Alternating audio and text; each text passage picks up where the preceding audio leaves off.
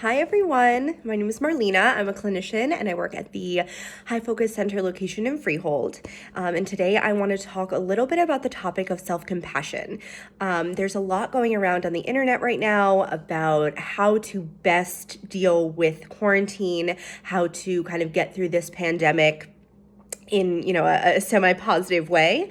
And I feel like a lot of the information that I'm absorbing has it just focuses very significantly on productivity.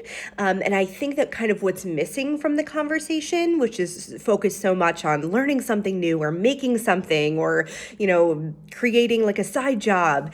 I feel like kind of what's missing from that conversation is the room to experience the full spectrum of emotions that people are experiencing right now, which can range from fear and anxiety all the way to anger.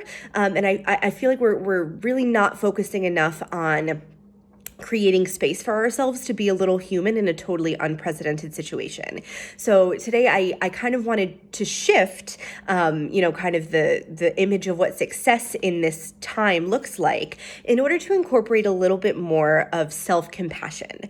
I'm seeing outpourings of love and compassion for others and for nurses and doctors and all the people that are on the front lines for this. But I am seeing a lack of self-compassion, which is I think what's probably going to be one of our biggest allies in guiding ourselves through this and feeling stable and balanced on the way. So I wanted to give just 3 small examples of ways to show ourselves self-compassion and to be consistent about it. So the first one is speaking to ourselves the way that we would speak to a friend. So if a friend came to you, during this or during any other time, and they said, I'm feeling sad, I'm feeling worn down, I'm feeling burnt out, I'm feeling stressed, scared, anxious, overwhelmed, would you say to them, suck it up? You need to get over it, just rub some dirt in it, you're fine? Probably not, because we don't really talk to people like that. But how often do we talk to ourselves in that manner? It's something that we don't pay too much attention to, but we don't talk to anybody in a day more than we talk to ourselves in our inner dialogue. So if we're continuously speaking to ourselves in a, defeating manner, that's what's being lodged into our subconscious. So for me, if I'm thinking to myself about all of the negative things or something that I'm really struggling with, I say, how would I speak to a friend? What advice would I give? What feedback would I give to a friend if they came to me and said the same thing?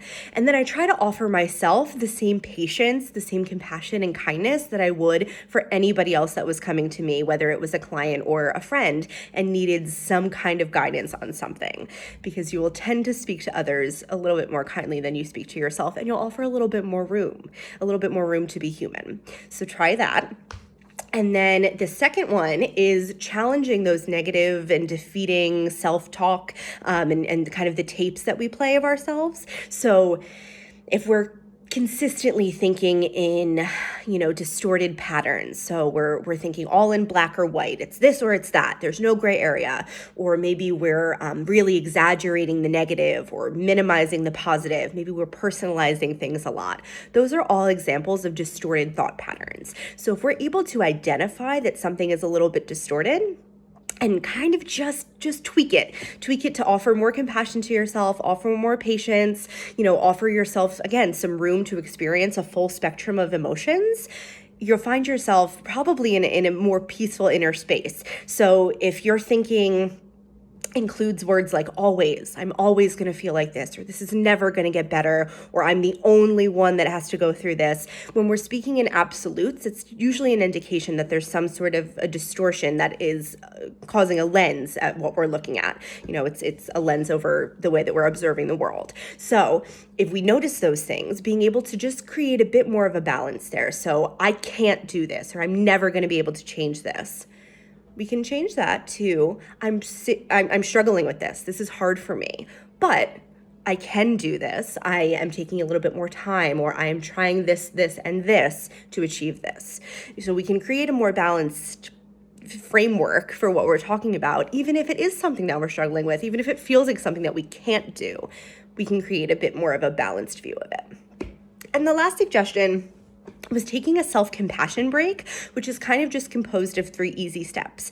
So if you're feeling, whether it's when you wake up in the morning or when you get some difficult news or when you're watching the news and things are kind of just hitting you in a way that feels very overwhelming, taking a 5-minute break. So kind of being in a quiet space that feels comfortable to you and following the 3 steps. So the first is just to acknowledge that what's happening right now is difficult. So it's saying like, this hurts, this is hard, ow, and just, being in the moment and acknowledging that whatever is happening right now is something that you're struggling with. The second step is acknowledging that you're not alone in that every person is human and every person experiences all of these human emotions. So being able to say, I am not the first to feel like this and I will not be the last. I am human. I'm experiencing something human. I'm not alone. Being able to acknowledge that we are not, it's solitarily experiencing this situation. And then the third is listening to your body. It's saying, how can I help myself right now? How can I be genuinely kind to myself? And again, offer myself some compassion in what I'm feeling, whether that is, I need to take a break. I need to take a nap. I need to take a bubble bath.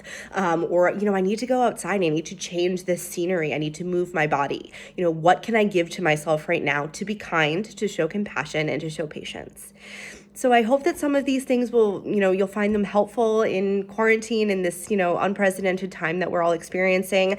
And I hope that in your quarantine that you find the time to be compassionate, not just toward others, but also toward yourself. Take care and stay healthy.